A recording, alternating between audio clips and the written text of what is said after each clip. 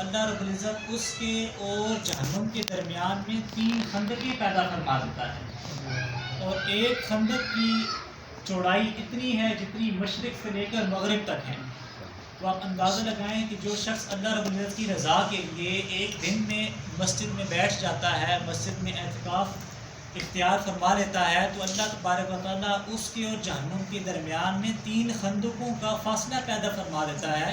تو جو شخص 10 دن کے لیے اللہ رب العزت کی بارگاہ میں حاضر ہو جائے، اعتکاف کر لے، اللہ رب العزت اس کے لیے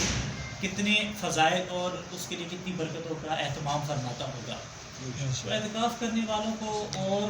رمضان شریف کا چونکہ آخری اشرا رواں دوا ہے، رمضان شریف ہم سے الوداع ہونے کو ہے، نبی کریم صلی اللہ علیہ وسلم کی ایک حدیث شریف کا مفہوم ہے کہ جو شخص، اس شخص پر لعنت کی گئی ہے کہ جو شخص رمضان شریف کا مہینہ پا لے اور اپنی بخشش اور مغفرت نہ کروا سکے۔ تو اس حوالے سے